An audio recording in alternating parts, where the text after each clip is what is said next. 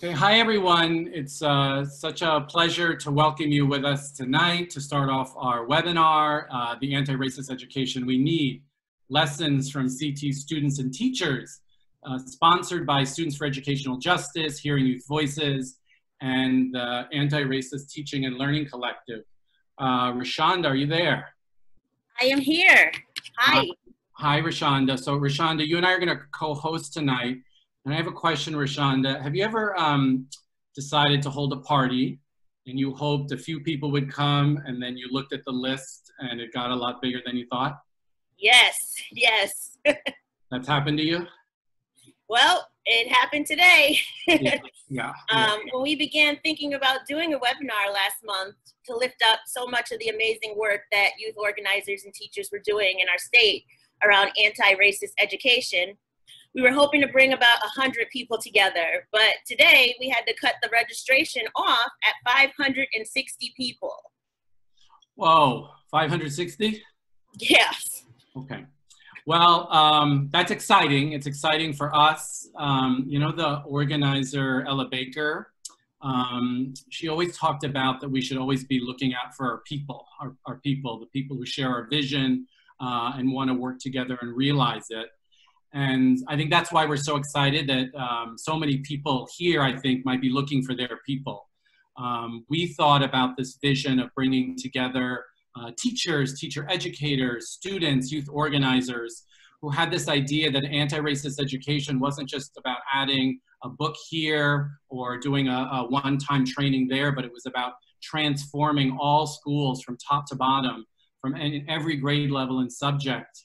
School climate, funding, everything, and that it was about students and youth organizers and educators working together, learning from one another. We're all teachers and learners. So welcome to the party tonight. We hope our listeners and participants are going to find some of your people and join some of the groups in the collective, and we'll explain more how in our wrap-up. For everyone out there, we hope this panel of amazing youth organizers and teachers that we'll hear from in a moment will leave you with concrete ideas, opportunities, and inspiration to take back to your classrooms and schools in the fall. And we're gonna have a chance to hear from you in the poll, chat, and others. So Rashonda, you're the Executive Director of Students for Educational Justice. It's part of just a remarkable set of youth organizing groups across the state that many people may not know about. Can you tell us just a little bit about who we're gonna hear from today? Sure, so we have one of our alumni members, Benny Nsumbo. She's with Students for Educational Justice. We have Lizette Perez, who is with Hearing Youth Voices. And we have Bridget Rivera, who is with Connecticut Students for a Dream. So all three of the organizations mentioned have been working towards anti-racist teaching and learning in Connecticut, along with some of our other partners throughout the state. And then we also have an amazing group of high school teachers with us tonight. Ruth Terry Walden is a teacher from Stanford. She teaches at West Hill High School. We have Marco Sinabre. I'm so sorry, Marco, if I butchered your last name. Marco's a high school teacher in New Haven. He teaches at New Haven Academy. And then we have Natalia Bragansky, who teaches in New Haven as well at Metropolitan Business Academy. Fantastic. So Rashonda, you're going to get us started in a moment. I just want to say in terms of format, we're going to do 2 rounds with our panelists. In the first, we're going to ask them to share some very specific parts of their work to help them build, to get us thinking about how to build the anti-racist education we need in our schools. And next, we're going to ask them in a second round to share some really specific suggestions and resources for folks in our audience about anti-education education practice. And just look, one last reminder, this is our first big party. So if the chips and dip run out, something doesn't go exactly according to plan, we appreciate your patience. We'll get it right. We're just so happy to have you with us. And I'm going to turn it over to you, Rashonda, for our first poll question. Okay, so I am going to launch a poll, and I hope everyone has the opportunity to participate. Give me just one moment.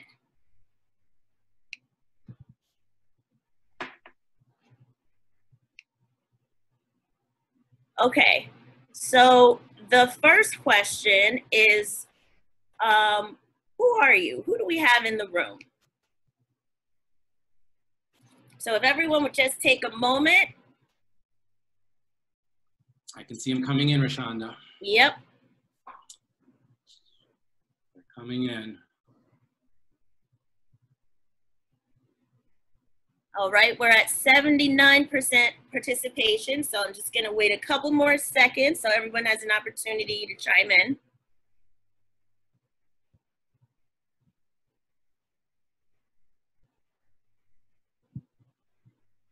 All right.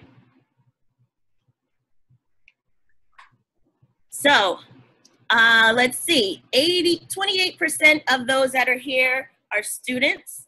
57% are educators or administrators, 14% identify as parents or guardians, and 28% are community members. All right. Wow, so we have a great cross-section of folks here. We also wanted to take this moment to welcome people to use the chat. I see that that's already happening. You can share your name, where you are watching from, and you can also share resources and connect with others through the chat box. We know you can't see one another, but trust us, we have an amazing group of people with us tonight. And then just a couple of other housekeeping matters. If you have any questions for any of the panelists, please just drop those into the Q&A box. We have folks that will be monitoring the Q&A, and so once we open it up to questions from the community, we will be drawing from that box. Keep in mind, as I said, that we have over 500 people registered, so we may not, well, we probably won't get to every question, but we will try to, get to as many as we can. Also, we want to let you know the call is going to be recorded, and it will be on the Anti-Racist Teaching and Learning Collective website. We will share that website with you at the end of the panel today. All right, so let's get started.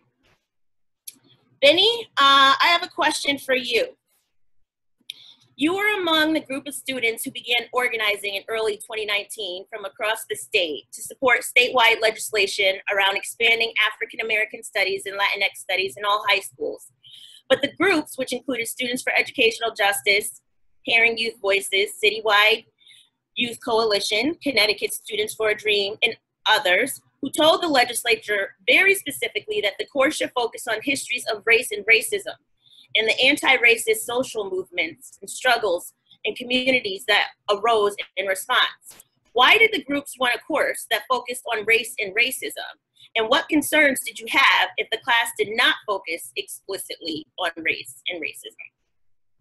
Yeah, we wanted the course to specifically focus on race and racism because we felt like schools don't teach race and racism, which is weird because we live in a society where race is very prevalent. It dictates a lot of aspects of your life. And especially in a country that enslaved Black people and then subjugated them, segregated them, did all sorts of kind of things to, make sure that they understood that they were inferior and not human. It's very strange, not strange, obviously, but, strange that we're not taught about race and racism in schools. And it's important that we learn about race and racism in classes so that people can identify when they are experiencing racism, when they're being racist, and our biggest fear that if this wasn't implemented or if it wasn't implemented without our amendments would be that, teachers aren't first and foremost prepared to teach this content. So if our amendments didn't get put into the bill, which they didn't, there's a very, very high risk that the content that these teachers are going to be giving to their students will not be well informed. They won't be as effective, and they won't be as sensitive to the lives of their students, the backgrounds, the histories, the social conditions that we're currently living in. So yeah, that was our biggest fear, and it's still our biggest fear today. Wow, great. Thank you so much for getting us off to a great start, Benny. Lizzie, I have a question for you. You're with Hearing Youth Voices, which is based in New London, and was also involved in the coalition around the statewide legislation that's been going on for several years. And you've been working on a framework you call Schools That Work for Us. It's a great reminder that anti-racist education must involve changes in all aspects of the school, not just the pedagogy and curriculum. Can you talk to us more about what this framework is and what its vision is for anti-racist education? Yeah, so hi everyone. I'm Lizette. I've been working with Hearing Youth Voices since my senior year of high school. Hearing Youth Voices to me is like a big family where we make revolutionary change through collective power. I started there after I decided enough was enough, and why I do this work is mainly because I want to make communities better that value and respect human life and actively stand up against racial injustices, which is exactly what Hearing Youth Voices is all about. So Schools That Work for Us is a framework that members of Hearing Youth Voices created to embody all the primary issues students see within our educational system. It works to put marginalized students at the center to give them a more representative and anti-racist education. We started in 2012, where Hearing Youth Voices started compiling research and data surrounding school issues via surveys, interviews, hundreds of youth meetings, and after those 6 years, we created Schools That Work for Us in 2018. Basically what we did was we compiled the research and we divided it up into primary themes, 8 of them. So as you see in the chart, we have the struggle, collective power, relationships, freedom to be and to move, full safety, mental health, teaching and learning, and resources as the primary things that we need in our schools. Overall, it's not just a framework, but it's a long-term policy agenda. Read it and you will find listings of hundreds of issues that Black and Brown youth have discussed for years, and you'll see 100 solutions and recommendations that we give in our website. But overall, I think my important point to make about anti-racist education is that we simply can't understand how our education system works without understanding its origins and our country's history. And that's something that Hearing Youth Voices definitely went into. Shout out to Chelsea and Itza, our 2 founders who gave us a workshop teaching us about the important history. And basically we learned the truth. The truth was that US power and wealth was built on the enslavement of African people and the stealing and killing of indigenous land. And the educational system is one of the many examples of systems that exist today as a result of our nation's history. And it led us to reality that educational system was not designed for us. It was not designed for Black, Indigenous, Latinx, Asian, immigrant, poor, youth who speak other languages, LGBTQ youth, and disabled youth. And we're being asked to succeed primarily in a system that wasn't designed to help us succeed. And that's really why Schools That Work for Us was created. And then to my second point, I'd like to add that part of the problem with education now is deficit thinking when it comes to our youth. The truth is, our young people have solutions too. And we're experts in our own experiences, and it needs to be cultivated, recognized, and respected in order for our educational system to really improve. And lastly, on anti-racist education, I think we can't solely focus on curriculum within schools. We have to think about culture within schools and outside of schools. For example, right now, Hearing Youth Voices, we're working on #FedUpNewLondon campaign. And it revolves around the theme of freedom to be and to move. We're working to defund the police and invest in our communities by using the police budget to go to services like hospitals, mental health services, and education. I think a link should be in the chat. But pretty much it exemplifies how closely Hearing Youth Voices works with the framework and how it's supposed to expand more than just within schools. Overall, this isn't just about police. It's about respecting students. It's about removing security guards and cameras, removing the culture of restriction and control that exists in many of our schools. And eventually, we plan to make a platform called Communities That Work for Us as a continuation of Schools That Work for Us. And we hope that extends in the broader community and, again, not just in schools. And so overall, we look forward to working on this and especially continue to work with others to craft legislation on the state level. Thank you, Lizzie. That was very informative, and I just want to highlight one of the many important things that you said, which was that young people are experts in their own lives. And so we need to keep that at the forefront as we continue to do this work, and including the voices of young people in the conversations that we're having and the decisions that we're making, especially pertaining to young people and students. I'm going to move on to Bridget. So Bridget, C4D has been a leading voice and champion for undocumented students in Connecticut. What have you and C4D been fighting for in schools in regards to access for undocumented youth? And what is your vision for an anti-racist educational system?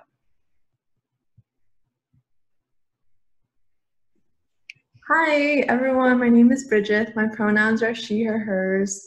Thank you so much for the question. I think one way in which C4D has been fighting for an equal access to education for undocumented youth is through their college access program.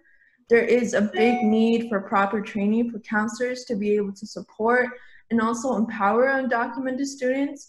And too often, students are left without any support in overcoming the barriers that exist within our status.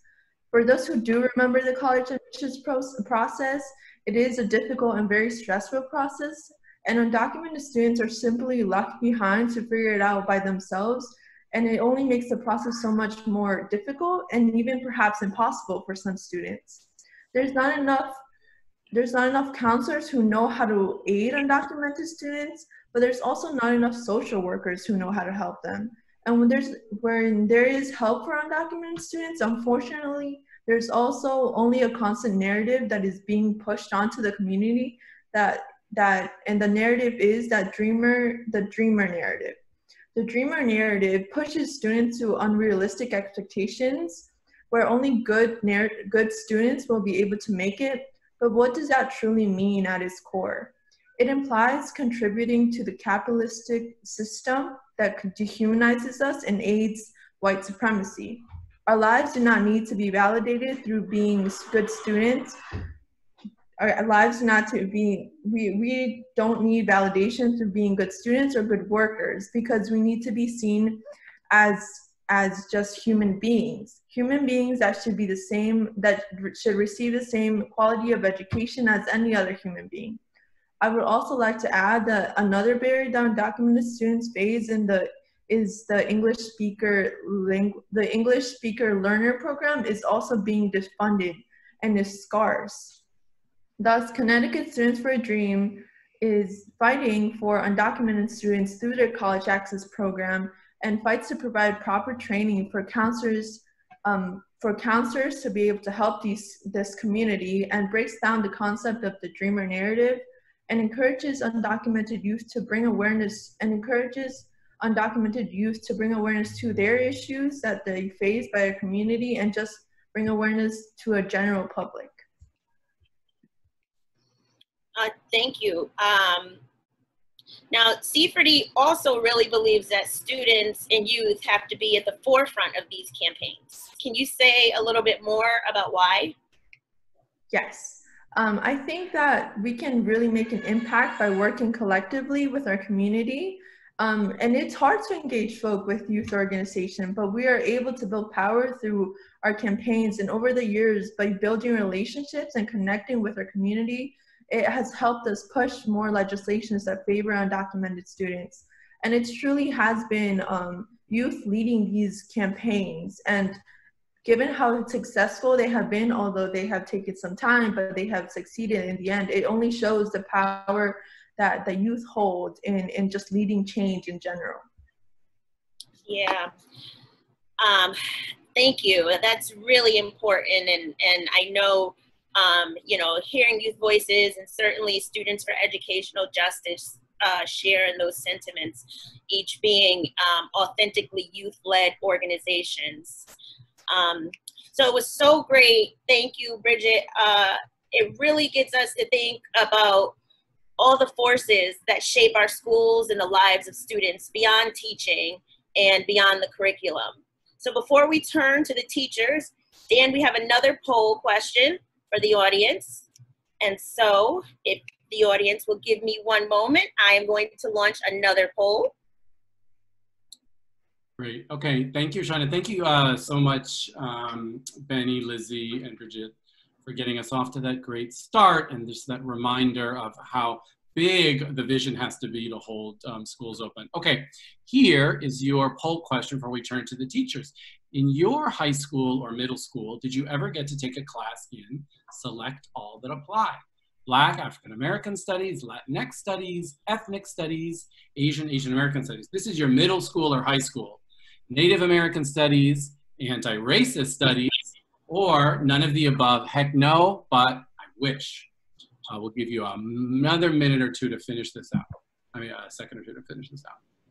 They're all coming in. So we want to hear about what your experiences were in middle school and high school before we turn to the teachers.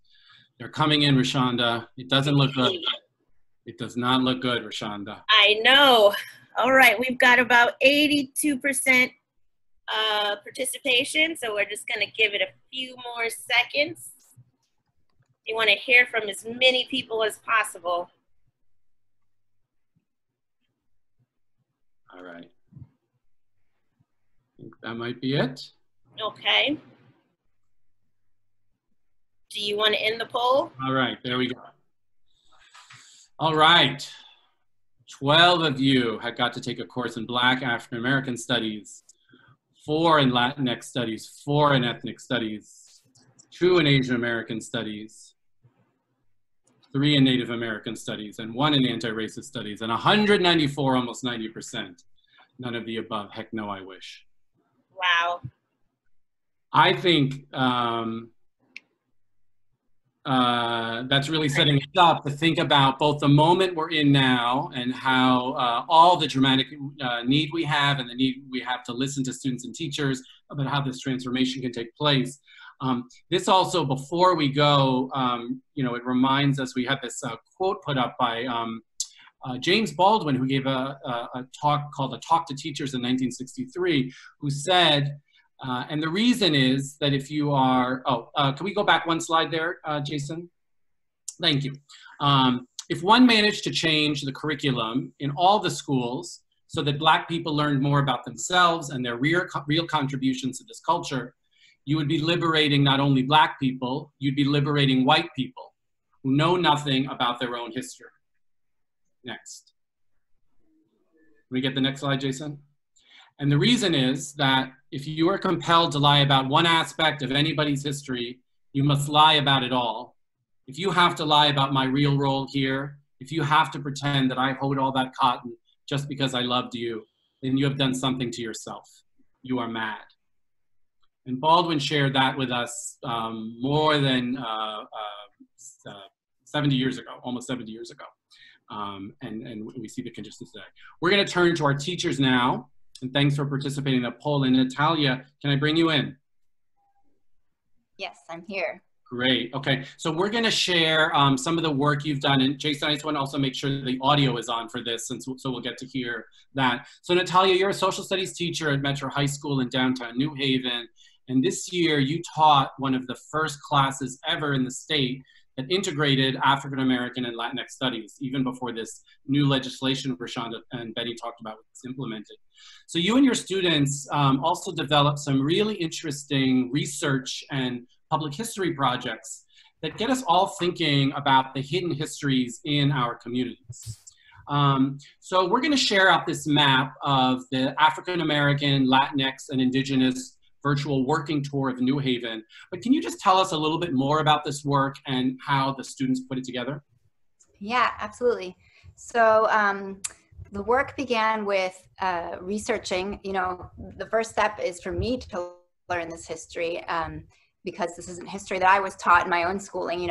From my participation in the poll would have also been, I would have been with the 90% that didn't learn these histories about New Haven or about, suburbs of Cleveland or anywhere in the United States. So the first step was for me learning this history, which involved doing internet research, but also going into the archives at the New Haven Public Library, the local history room, and then compiling a list of as many sites as I could. And there's so many more that can be added too. So I really welcome folks' suggestions. And, you know, historic people, events, places within New Haven. And then students chose the one that they were most interested in researching and found credible sources. And they wrote these descriptions and found images and wrote captions and then plotted them on this map. And then we shared it with folks both virtually, but also we invited guests to come into the classroom and actually go on a virtual walking tour around the class that we sort of arranged chronologically. So students got to be the historians, the experts. I would say, you know, building off what Lizzie said, that students are not only the experts in their own lives and their own education experiences, but they can be really experts of their city, experts of their history. And so, you know, they got a chance to share that with their peers, with other teachers in the building, and with guests from the community. And yeah, we've been building off of that with the next part, the walking tour that I think you're going to share as well. Great. Yeah, so and we'll switch over to that, and then I want to just ask you questions about both of them. So we know that you also worked with a smaller group of students to produce a virtual walking audio tour of the Dixwell neighborhood of New Haven, which is one of the most important centers of Black life and community historically and today in the city. So can you tell us a little bit more about this project, and then we'll listen to a short entry of one of the tours. Yeah. So for, you know, we wanted to take the map to the next level, right? Folks can explore the map, but to actually go on a walking tour, you can't go to all the sites if you're going to be walking around because it's spread across New Haven. So we chose two neighborhoods. We've got one for Dixwell and another for the Hill, and both tours begin in those neighborhoods and then end on the Green. And as you can see, there are several sites. And students, so a group of 6 students, after we left, you know, our physical school buildings, we continued also throughout the summer working and researching and recording audio and compiling it here so that we could share these 2 walking tours of, again, Dixwell into downtown and then the Hill into downtown. And yeah, so we're looking at an example from the Dixwell tour here. Okay, and Jason, let's hear sort of this. In 1831, Peter Williams, a Black minister of a New Haven church, and Simeon Jocelyn, a white abolitionist, came together.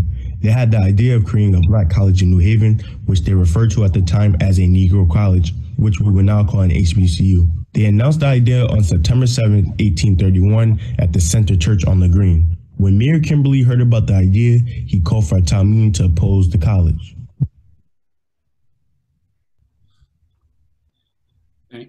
Thanks, and I think that goes on to explain there that it was a group of lawyers and Yale faculty who prevented a Black college from opening in New Haven. So this was all done remotely, Natalia, and maybe can you just say a little bit about, like, it just seems like you're not just adding a story here to the traditional history curriculum. You're really, the students are reimagining their role as scholars and as scholars whose work is important for the public, not just for you to read as a teacher. Can you talk to us a little bit more about that? Yeah, that is so important to me as a teacher, to create, to support students in creating projects that have authentic audience, right? Because I think that's, you know, our schools aren't separate from the rest of the community as we like to, or as for some reason is often imagined, right? So students getting to engage with their community by learning about it, but also by sharing their knowledge with the community is really important. And then I think students can really see themselves as the experts that they are, as educators, as historians, and can see a future for themselves as educators and historians, because we know that we need more youth of color to feel that they can become teachers and teach in public schools, and even teach in the very public schools that they attended. Then we wouldn't have the issue we have today, where in New Haven public schools and in most cities across the country, most students are students of color and most teachers are white. So actually that work has to start not just at the teacher recruitment time, it can start with the very practice in the school. Just one last follow-up question, Talia. I think I've heard you talk before about how projects like this also can change students' relationship to the places they inhabit, live, and circulate every day. Could you say a little bit more about that? Yeah, I often, so when the students shared in the classroom, I was kind of bopping around and just tuning in here and there. And one of my favorite comments that I've shared before with you is hearing a student who, plays basketball all the time at a park, which he now has learned Frederick Douglass came to that park to speak to the 54th Regiment as they were, going to fight for the end of slavery, a Black regiment here in New Haven, in Fairhaven, and saying, I heard him say to someone, I get shivers now when I walk in that park, knowing that Frederick Douglass was really here at this very site, and I think history like that and like pride of the place that you're from is really important. Great. Thank you so much, Natalia, for sharing. I want to say one more thing. Yeah. Because I forgot, and I'm glad that I didn't let it go, is that hearing from the students directly, I think is really vital. And tomorrow, the voice that you heard in that recording was Damian Dillard. And tomorrow, Damian Dillard and another recent Metro grad, Imani Cotton, will be on WNHH with Lucy Gelman and with me talking about these very projects. So you should all tune in at 1 o'clock WNHH, or you can hear it later, so you can hear from them directly. Great, thank you for mentioning One that. quick question for Natalia. Were you asked to teach this class, or did you present the idea? I would say I presented the idea, but I think the legislation passing, and that is the work of Students for Educational Justice and Hearing Youth Voices in C4D, that's all to you, is what made it possible. So a little bit of both. With standing, on the work that you've done, I was able to propose it and make it happen. Great.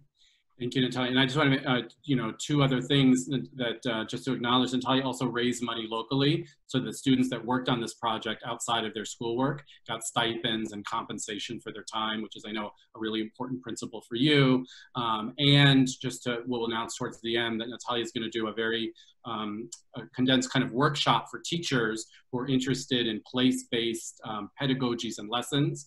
That's going to be, I think, Monday, August 10th, and we'll send out a sign-up sheet. It'll be a two-part workshop as well. So thank you, Natalia, for sharing that great work. And I have to say, when I went, I learned more from the students in 45 minutes about the city than I had in many, many years here. So thank you, Natalia, for that. Same here, Dan. And I'm born and raised in New Haven, so it was amazing. They taught me too, so I'm with you all. Thank you so much. Thanks. Marco, can I bring you in now? Yes. Great, okay. Some people, Marco, they might think that, they say, okay, I'm right on board with anti-racist education, and they think mostly it's adding a book maybe to a reading list, or going, a district requires us to do a 2-hour professional development workshop or something to change your, an individual habit of mind. And I think you have a different perspective. So can you first talk, before we get to some examples from your classroom, what is it from your perspective that makes an anti-racist educator? What does that mean to you? Loaded question. Small question. So first off, as illuminated prior, an anti-racist educator must first be educated on the history, nuance, power, and complexities of race and racism. And in a traditional education route, this could be perceived as like extra work, but as Benny illuminated earlier, her school did not teach race and racism. Lizette said identified schools were not for us, and everyone in the poll, 194 people, didn't have any of the education within their own experience. Now, this is generations of people, different demographics, all coming to this same understanding. So if you went through the same educational system that put us to the need for this workshop and ongoing things to this day, in which we are going out of our way to do, and then I'm going to reiterate, it's going to take necessary work. Secondly, the majority of educators in this sense that I've come across, well, not the majority, but many, think about race and racism just through an interpersonal level. The fact that if I am if I, in general, like treat people equally, or in this case, like if I don't mistreat someone who's another color, or racism is this fact that like treating people differently based on their color, then if I do the opposite of that, that could be anti-racism. And that is dangerous, especially within education. Racism has to shift to thinking about it from a structural level immediately.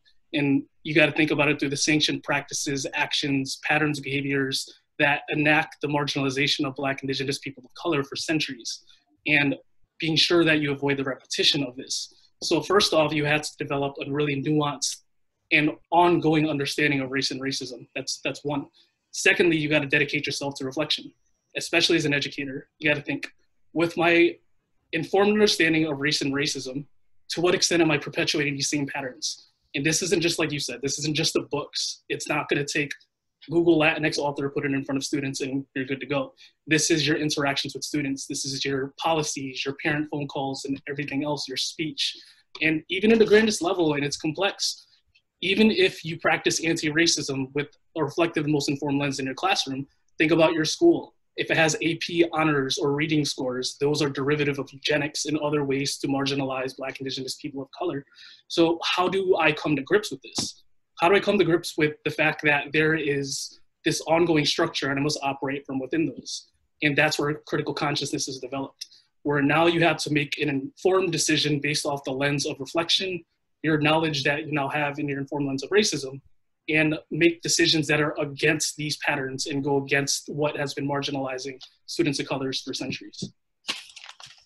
Yeah, and I quickly want to also add on that, because that's a point that I wanted to make sure that I made during this panel, which is that anti-racism education isn't just about like curriculums and pedagogy. It's all about the whole education system and like how it's structured to perpetuate racism every day, which is why, you know, I say like anti-racism education must be feminist, anti-capitalist, anti-classism, all of those things, because all of those things are also encapsulated in the education system.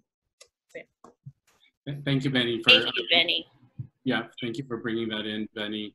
And thank you, Marco. I know you grew up in New Haven. You went to New Haven public schools, and so a lot of your pedagogy and practice reflects your experience as a student and raises many of the questions that Benny just spoke to. Marco, would you mind talking to us then about some of the ways you bring this about in the classroom, some of the ways you help students kind of decipher this idea of colorblindness, how you get them to join them in creating a classroom in which people can think more critically? Yeah, so one of the first things is developing shared language in order to speak about race and racism and power and everything that's there. So this is just an example. If you can hit the animation so the text pops up. One more time. I didn't even know these are still animated. So for instance, like I had students read and annotate Audre Lorde's text, and through this we have a shared definition of power and just a way to talk about race and something to refer to. And now with this, alongside many other texts, students then develop a more nuanced understanding of just like everything, just their own identities and also race and racism and stuff. So we start with a shared point. And then if you could go to the next slide, here's just like a quick activity. Yeah, next, please. All right, so here's just an example of the activity we did. Taking the concept of the mythical norm and putting it against the naturalization test, the study guide that's like on the immigration website of the US, and just putting in conversation. Look at all the questions and studying the constructs of the test. Alexander Hamilton, John Jay, George Washington. Yet when answers are with Black, Indigenous people of color, it is naming war or things that are relation to violence or slavery and these other things. And now thinking about the construct of a test, it is meant for you to be able to know your knowledge in like whatever it is that you're doing. And in this case, it's literally becoming an American. So putting this in conversation with a mythical norm and talking through race and power and everything else, it's just a way for students to discuss and just be open in their discussions and kind of learn about this together. Another example, if you get the next slide. Here's a quick activity in which I had students Google like famous American. If you do famous American writers, the first thing that pops up in Google, what do you literally notice about almost every single part, every single person here? But then when you fill in famous African-American writers or famous anything else, and that's when you start to see the Black, Indigenous, people of color. So when you first, by this sense, by just putting in American, literally everyone within a mythical norm is what pops up. And it is only through when you add another piece of identity, even though we're all American, is when others pop up. So next slide. And these are just projects. So I have students express, well, one, they go into deep reflection about their own identities, their own socialization, their liberation, and everything else. And I have them express through whatever means. Some told stories, some wrote essays, others did art, others did videos and speeches. But in some kind of way, they present to each other. I'm really conscious about this, that students are constantly talking to each other, meeting new people, opening up about shared experiences and telling stories. And then in talking about their work, they have to talk about their conscious choices. Why did I make this choice? What's it related to? How do these stories intertwine and connect? And ultimately putting in conversation with the text that we're front loaded to for the beginning. But yeah, there's many ways in practices, but these are just a few tangible examples. And that's it. So much, Marco. This is so rich, and I think just showing us, to put Audre Lorde and her brilliant understanding of how whiteness operates as a mythical norm next to the U.S. naturalization exam, to put that into dialogue together and to give students this opportunity. So this is really, really rich. I wonder what, just as a last quick question, Marco, you talk often about students being kind of co-leaders in the class. Could you just say something very quickly about that? Yeah, well, in co-learning in general, a lot of teachers at times need to have the absolute answer and funnel kids through those. But in looking at even Students for Educational Justice and Youth Hearing Voices, it wasn't the teachers that came together to coalesce and demand change in our curriculum, it was the students. So I'm humble in this sense that I am co-learning and learning things alongside kids. I know as much as I do, and I'll present the information. What I won't do is, in this case, is ever hinder you from actualizing your own power. So I position myself as a co-learner and ask questions that even at times I have to sit in discomfort. I literally don't know the answer of why the citizenship is structured like this. Well, I do know the answer, and I don't have a solution for you. And in this case, we're in this together. And with that power dynamic, it completely shifts just the classroom in general, the environment, the relationships, and everything else. Great. Thank you so much, Marco. I look forward to coming back to you for some other thoughts on how you create this. That was just spectacular. We want to welcome everyone. Some wonderful comments, by the way, Marco, in the chat box regarding your work. Yes. I'll definitely take a look. Thank you for illuminating that. And maybe, Rashonda, we can go to some questions after we hear from Ruth Terry. And for folks that just joined us, this is our webinar, the Anti-Racist Education We Need. I'm Dan Hosang. I teach in Ethnic Studies at Yale. Rashonda McCollum is the Executive Director of Students for Educational Justice, and we have an amazing panel. And Ruth Terry, can we turn to you now? I am here. Can you hear me? Yes, we can. We have you, Ruth Terry. Okay. Okay. What you're looking at, what everyone is looking at are the makings of protest quote. I got the idea, not my own original idea, Threads of Resistance, which is a website that uses art as protest and protest literature. I have to give a shout out to the Gilder Lehrman Center for the Study of Slavery, Resistance, and Abolition, because that center and Thomas Thurston, who's the education director, who I've had a long relationship with, has really transformed my teaching. I became an anti-racist protest literature teacher through working with Thomas very closely and the center. I'm listening to Marco, I'm listening to Natalia in terms of how do you do this?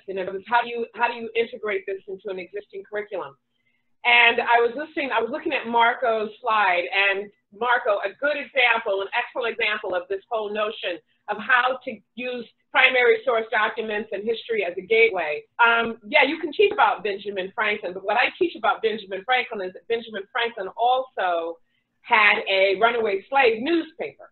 And so if you want to introduce children to the pivotal players of American history, let's introduce it, and that is how you do this as a young teacher, is use primary source documents to your advantage. And so I have my children look at all of the things that the normal textbooks say he does, and then I use primary source documents, i.e. the runaway slave advertisements from his newspaper.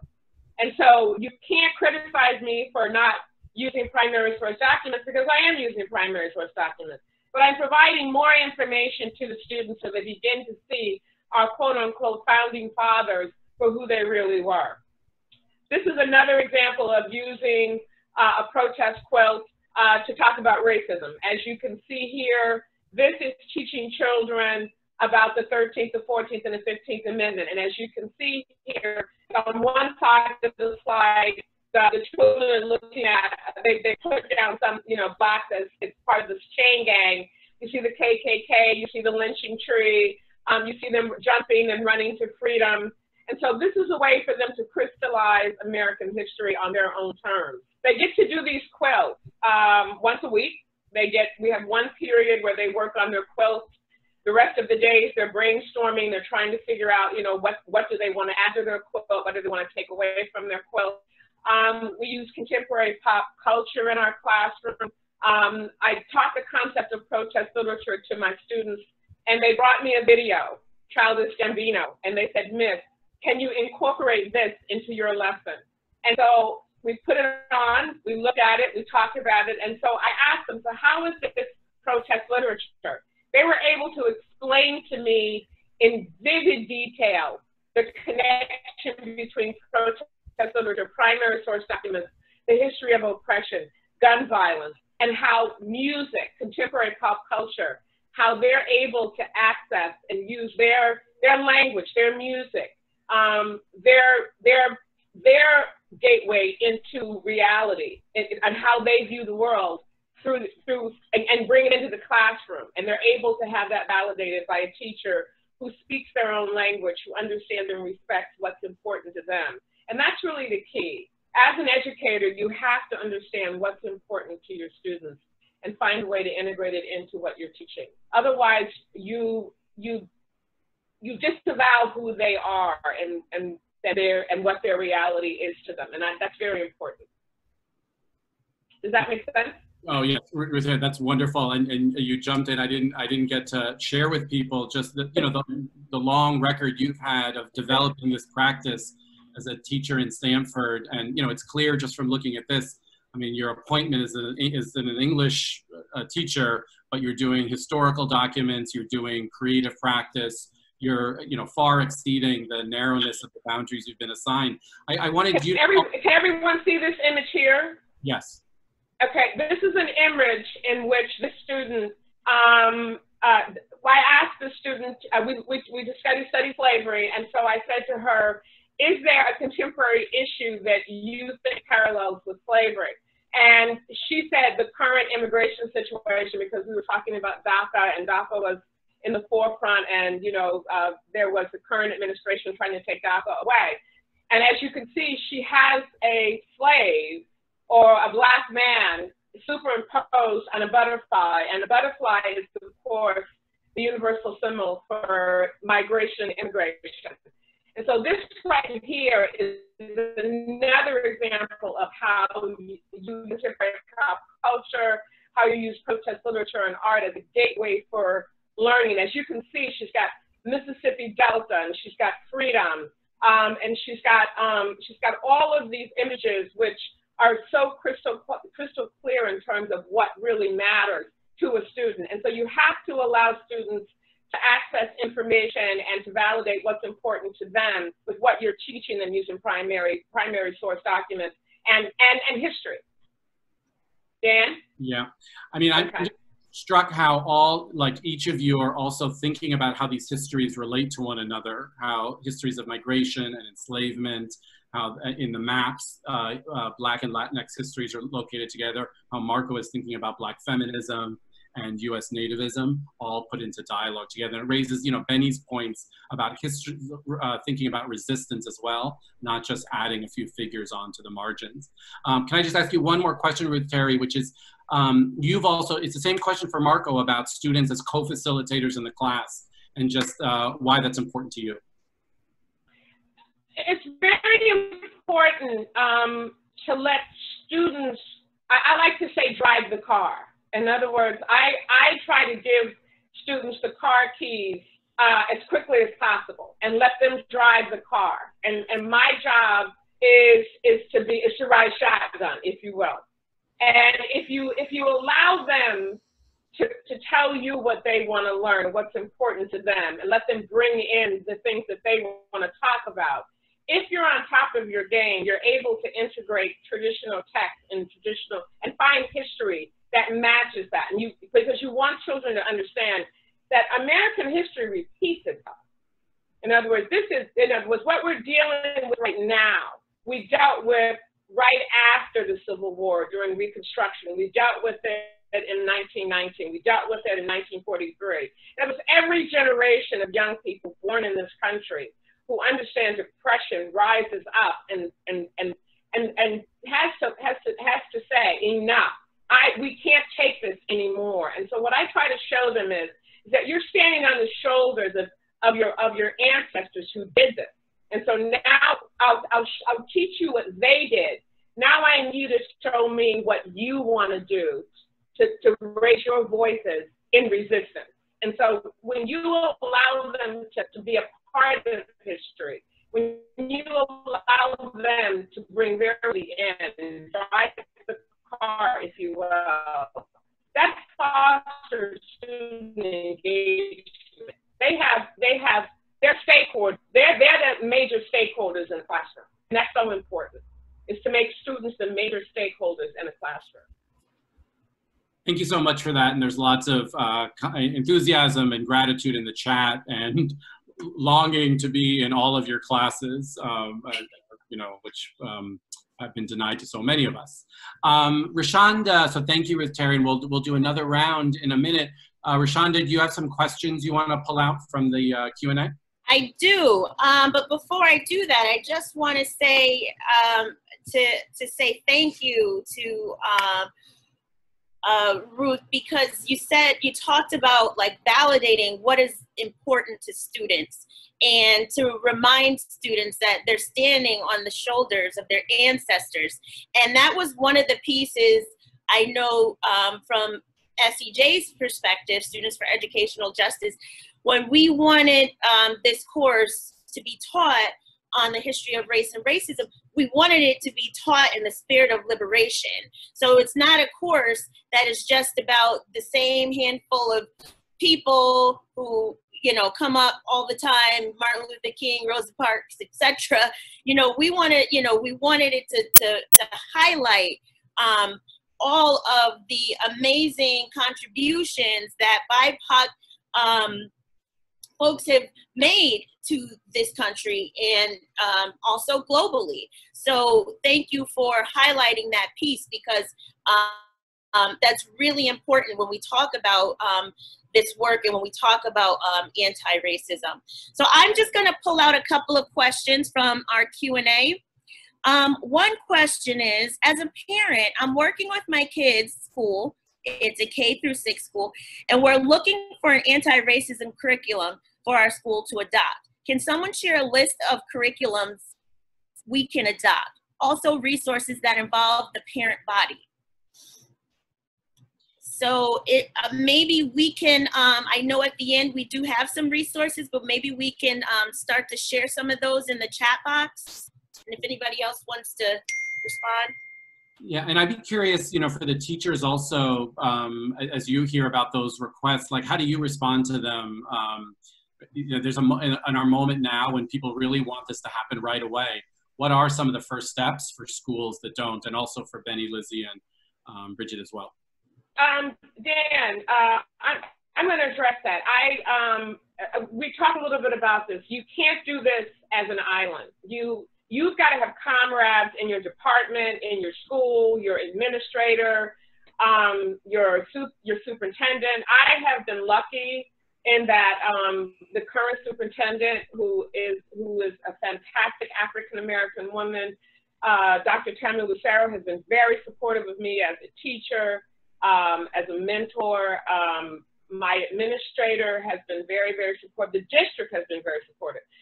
We created a text expansion committee for district-wide literacy curriculum. And so I am very proud to say that we have a major textbook that is part of our curriculum that covers all 7 continents. We have Southeast Asia, we have Latin America, we have the Caribbean, we have Africa, we have the American South. We just put James Baldwin into our curriculum, Giovanni's Room. So we have really opened up our seminal texts in our department and in our district so that children see themselves and they're able to access who they are through literature. And from the literature, we use primary source documents and historical documents. So work with your colleagues. Bring your colleagues on board. Tell them you can't do this by yourself, and that explain to them that it's about student engagement in the classroom and student learning. And whatever engages children should be explored. Never, ever leave a stone unturned when it comes to student engagement. Thank you. Are there others that want to take up this question, or Rashonda, do you want to take another question? I do want to take another question. Can you speak of ways of countering organizational resistance, especially with administration, teachers who have not historically viewed racial and ethnic studies as integral to education? And maybe, can I ask, maybe Benny or Lizzie wants to talk, or Bridget wants to talk about your experiences with school administrators and how to deal with that?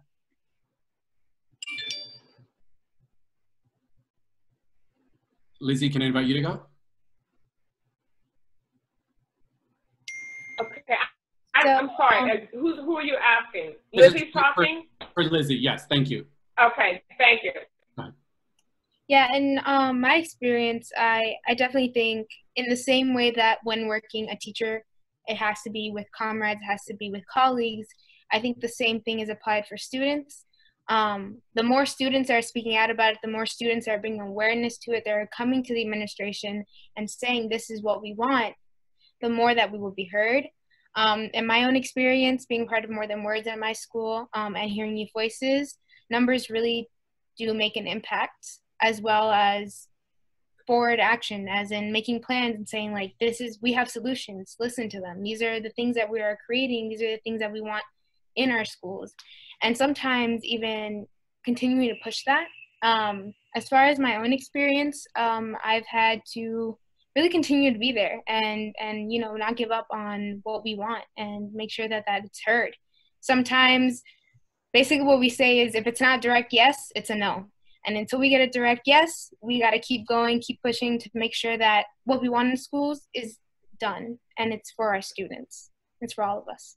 Yeah, and I also want to add, like, that was a great point, like talking to students. Like, students, if you get them passionate enough, they will ride with you. Trust me, I've been on the other end.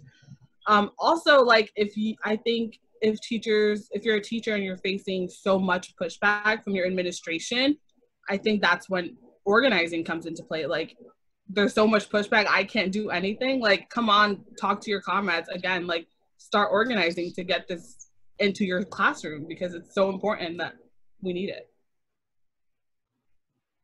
Spoken like true organizers. That's right. Bridget, do you want to jump in about your experiences with C4D?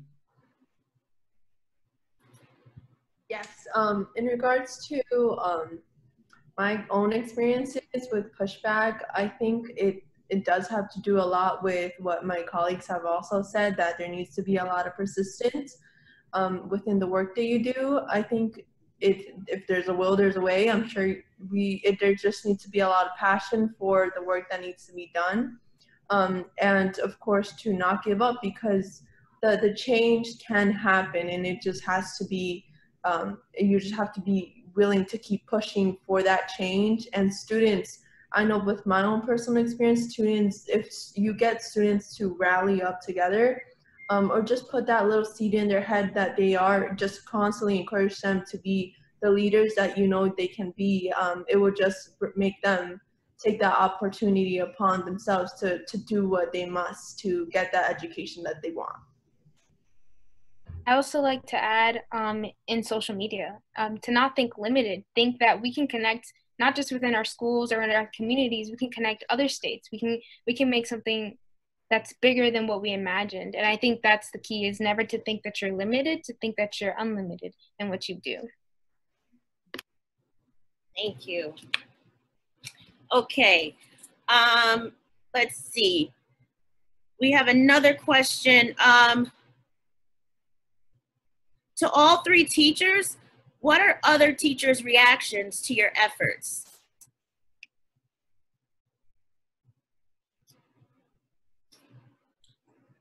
Who wants to start us off? Marco?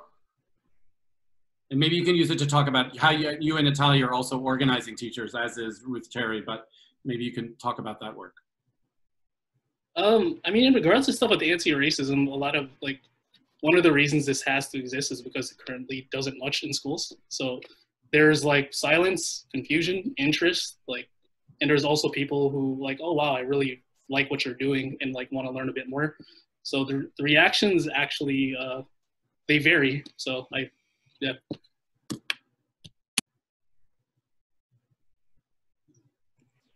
I want to say that I create this work with other teachers. I've never, especially at Metro, shout out to Leslie and Julia and Steve, shout out to Chris Willems, folks who are always, they're in the teacher workroom, or back when we were in the teacher workroom, working together on our projects and constantly getting each other's input and feedback and making the work better with each other. Oh my gosh, I think I see Jasmine Jones snapping, and wow.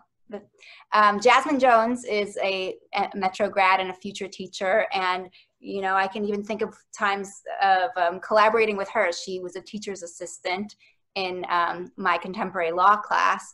So yeah, collaboration with other teachers and with students means that folks are on board because they did it with you. And then just building off of what I shared earlier around, students presenting their projects, they present their projects to other teachers at our school. And so I don't even have to tell some of the other teachers about the work because the students show it to them and they learn from the students directly. And the students are undeniably brilliant. And so you just can't disagree with it. And I do want to say, in terms of your question, Dan, that Marco and I, even though we're not at the same school, are organizing along with Fana and at NHA and Leslie at Metro. And we're hoping to keep organizing, opportunities for teachers to come together and learn with and from each other. And honestly, there's a lot of New Haven teachers in the Anti-Racist Teaching and Learning Collective, and that's really been a gift. Yep. One other thing Natalia just made me think about was the constructs of the question. I assumed hey, in my own school, but yeah, collaboration outside. I talked to people from other districts and even other states, from Texas, California, and kind of see what they're doing in terms of what's in line with the work. So it's just, it is cool to show your work in front of people in general. So it generates more synergy, new ideas, and not even in the same content. I learned from elementary school, there's math teachers and stuff just to see what I can get. So yeah. Thank you, Ruth Terry. Go ahead. There are two things. I just want to say I work in a very radical department, and our department has the we have the good fortune that every student comes through our department for all 4 years. And so during those 4 years, this one department has the ability to impact children over a sustained period of time. And so what we do is we start in 9th grade trying to create the anti-racist department subject matter foundation for these children, and it sustains them through to 12th grade. So when a whole department is on the same page, that has that one philosophy that works wonderfully well. Because we are a radical department, we branch out. We are advisors to various clubs. 2 of us are the advisors to the student newspaper. 1 of us does the yearbook. So in other words, we branch out and we allow children to express themselves in all aspects of student life. And so that's really what it is. Again, it's about letting the students drive the car. In other words, if all of us have hands on these students, if all of us are anti-racist teachers, over the course of 4 years, they're going to understand what it means to be an anti-racist individual, because it's been modeled for them over a sustained educational period. The other thing we do is that we branch out, and we do webinars like this. We participate in educational outreach, global outreach. We share our best practices, and that's so important. And modeling who you are as an anti-racist teacher is the best way to be an anti-racist teacher. Thank you. Thank you. Go ahead, Rashonda. No, thank you. I think at this time, we're just gonna move into the second round of questioning. And so, Lizette, I wanna ask you, can you tell us about the new survey that was done throughout the state of Connecticut with all of the organizations that are members of the BBSU? Yeah, of course. So basically how BBSU came about, just a short little history brief, is in 2017, Hearing Youth Voices, CT, Students for a Dream, Grow Hartford, and Citywide Youth Coalition came together to form a statewide coalition called the Connecticut Black and Brown Student Union. And this is a place where we fight together for rights, dreams, and demands of our youth in our state. So pretty much this year, youth from our group wrote a survey to ask other youth about their experiences with race and racism in CT schools. In May and June of this year, 18 young people from our groups came together to outreach the survey. And overall, we got 879 responses, so yay. And I'm not going to read the slides, but you can see that we got responses from all over the state, and a majority were Black and Brown youth. So overall, in response to the question of what our schools need and in the survey, here's what the 879 youth people had to say. They said mainly, 1, too many worksheets and not enough interesting learning material. 2, not enough learning about Black, Latino, Asian, and Indigenous cultures and histories. 3, bathrooms are locked during the school day. And that's actually for a lot of schools. And 4, not enough Black, Latino, and other teachers of color. And 5, there's not enough mental health support. And finally, for 6, it's the dress code policy that is very restricting on many students. So I just want to lift up those voices in terms of what our school needs and what the survey said. And pretty much, our young people have answers. So let's listen to them and follow their lead. Thank you. And before we go on, would you, Lizzie, just say something about what the next steps are of this project, or what you might do with it next? Yeah, right now we're still working on it. We're still meeting together and trying to see what the next steps are. But most definitely, once those are figured out, those will be out in the media. So we'll definitely get back to that. And I just want to say that I mean, it was amazing to have so many responses for students throughout the state of Connecticut sharing their voices on what's happening in their schools. And so we're really looking forward to as we continue to aggregate and disaggregate the data from those surveys to better understand, what's happening in different areas of the state and what, our students are finding as issues.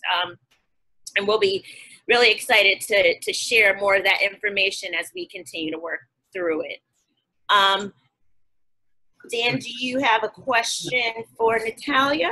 Yes, I do. And I also just want to say, to lift one thing out, I know another question the students asked was, who were the teachers and staff and administrators and guidance counselors in their respective schools who were important to them, who were resources, who supported them. And that was also so heartening to see such a big list and a wide-ranging list of folks all across the state.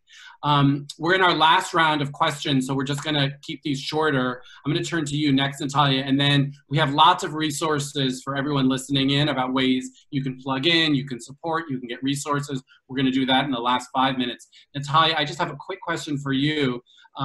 You wrote recently an op-ed in the Washington Post that was published. It concerned an issue that's on everyone's mind now, the return to school, whether it's going to be done in person or remote. the health considerations, the considerations of life and death around that, and the racial equity considerations. Could you just say maybe a quick thing about the op-ed, and then just about your thoughts about teachers and students as leaders in shaping educational decision-making and policy? Yeah, absolutely. I think it's really important, you know, the pandemic has been revealing so many truths that a lot of us have already known, but some people are just realizing right now. And I think when it comes to schools, we're seeing, you know, here's the beginning of the piece where Governor Lamont is saying all of these things have to happen in schools and they must reopen. Now he's since shifted his views, and because of the organizing of teachers in solidarity with families and students, but he's saying that all these measures will be implemented if feasible, right?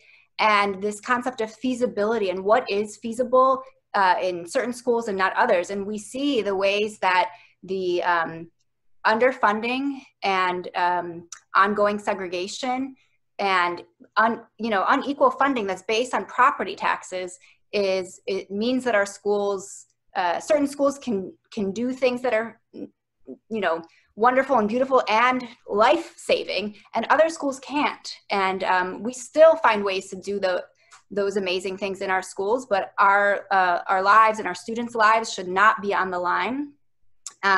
So, you know, this is a moment, I think, number one, to refuse to return to schools that are not safe for our students and safe for our staff and safe for the larger families and communities.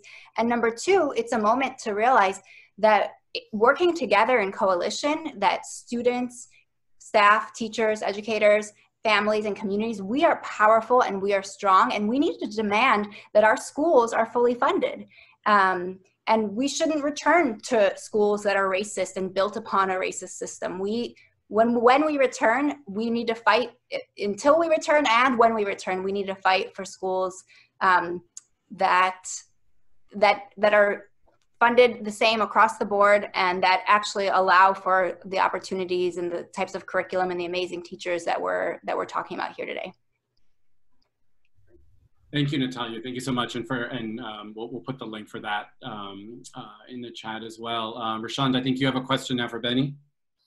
Yeah, so Benny, can you talk a little bit more about just some of the other things that SEJ is working on, Students for Educational Justice, in addition to the Anti-Racist Teaching and Learning Collective that we're working with? Yeah, so right now we are currently working on addressing the tech divide through Wi-Fi distribution for students, so students are able to get Wi-Fi now that they're at home and going through virtual learning. We are also working on the beginnings of a police-free school campaign in the fall. Should we return in the fall, we'll be working on trying to get school resource officers out of our school. And we'll also be, we're having a panel, right, about that soon in the fall. And we're also focusing on school reopening with a focus on racial equity, so that we ensure that students are, if they have to go back, that they're going back in a safe environment. Oh, we also have a summer intensive happening right now. Actually, some of our members in the intensive are watching this right now. Hey guys, in which we provide organizing and political education so that these students can learn about all the systems of oppression that rule our society, as well as how to organize to dismantle these systems. Wonderful. Yeah. And then we're also, just one other coalition that we're working with is the equity and e-learning. So ensuring that students have, you know, we're anticipating that COVID is going to come back and schools will likely close again. And so we're just ensuring that there's equity in virtual learning once and if we return back to, you know, fully virtual learning. Thank you, and thank you. Before I just turn for a last quick question to Ruth Terry and then to Marco, just to note the summer intensive, and I think Hearing Youth Voices has one of the same. This is the tradition of freedom schools that are being done this summer in many locations in Connecticut. Make the Road Connecticut is doing them. So that tradition is alive and active in our backyard. Ruth Terry, can I just ask you to speak quickly about, you've also been a longtime organizer, leader with the Stanford Teachers Union, and the role that teachers unions might play in supporting and advancing this work. I think that, well, for me, collective bargaining units or teacher unions are especially important to younger teachers. Younger teachers, particularly those teachers who don't have tenure, who are trying to develop their teaching paradigm, look to your collective bargaining units and to your teacher unions to provide you with the support and freedom that you need to really understand who you are as a teacher and to grow and develop without fear. And I think that's the one thing that holds younger teachers back is fear. Fear of losing their job, fear of being reprimanded, fear of not having an appropriate evaluation. And your collective bargaining unit is there to support you. You know, be wise, you know, in your first four years of teaching because you're very vulnerable, but also don't be afraid to do what's best for your students. And that's where your union comes in and should and will support you so that you can develop professionally into an anti-racist teacher.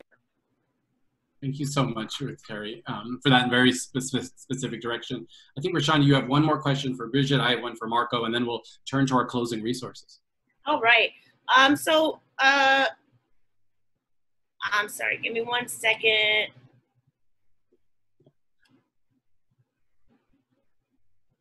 Why don't you go to Marco first? Sure. Oh, no, I found it. I'm sorry. Bridget, follow-up question about C4D's current work. What are you going to be doing in the months ahead as school starts, and what kinds of action can people take to support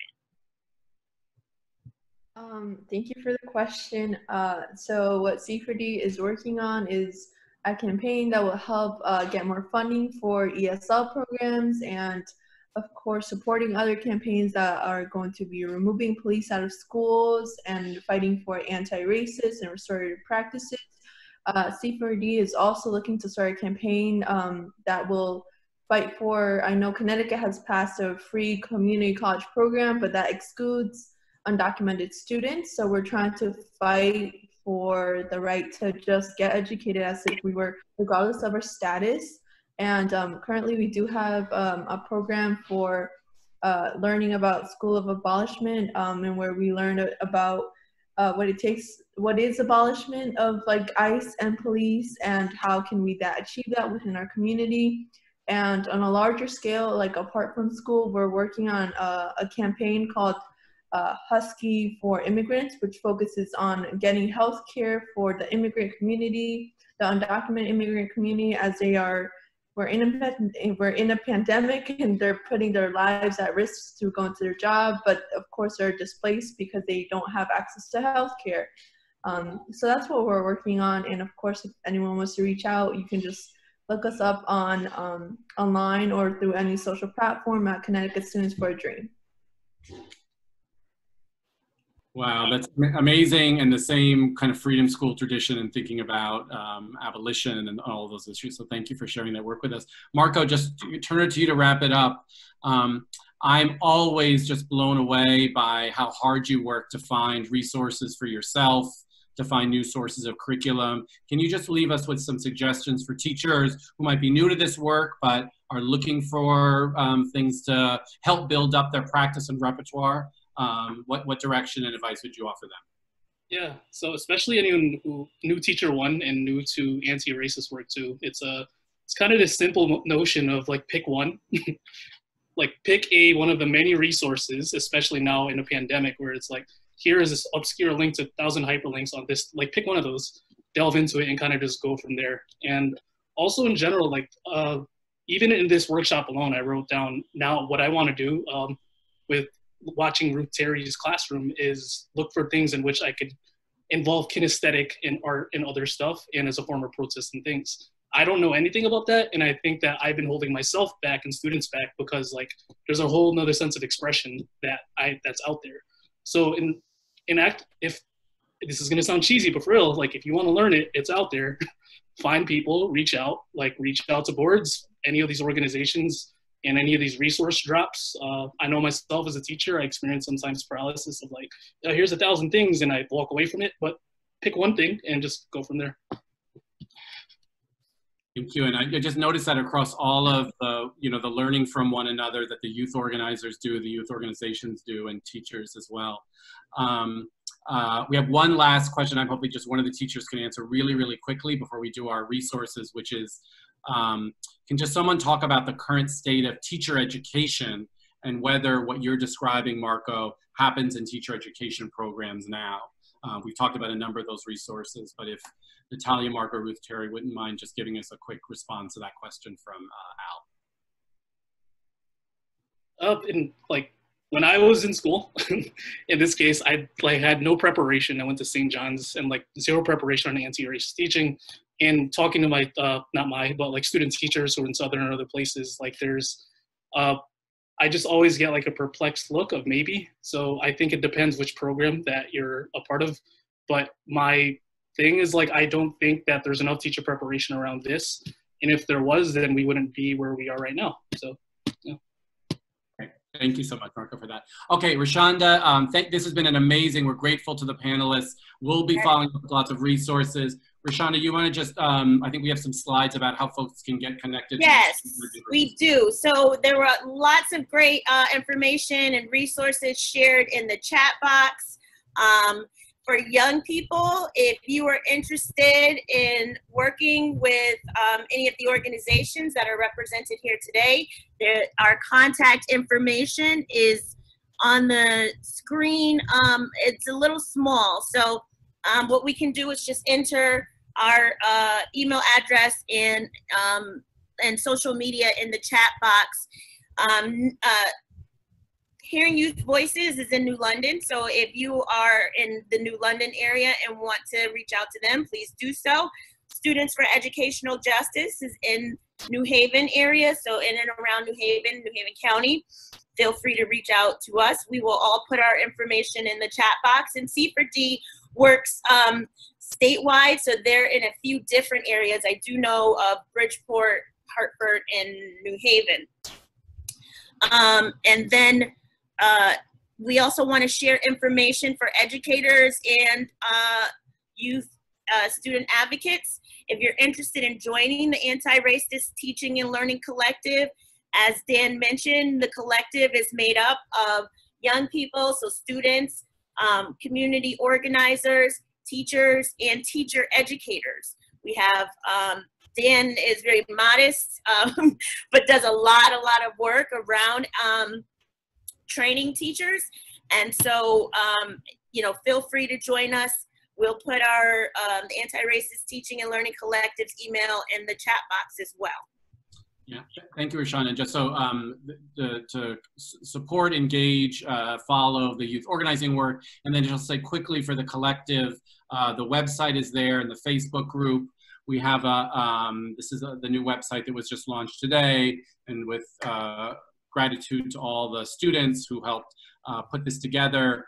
There's the group is conducting a series of interviews with teachers like Ruth Terry, Natalia, Marco, and many others across the state who also have amazing stories and practices. So we've collected dozens of these interviews and put them together in profiles that students have written up, so you can see those on the website, drill down into those practices we've heard about.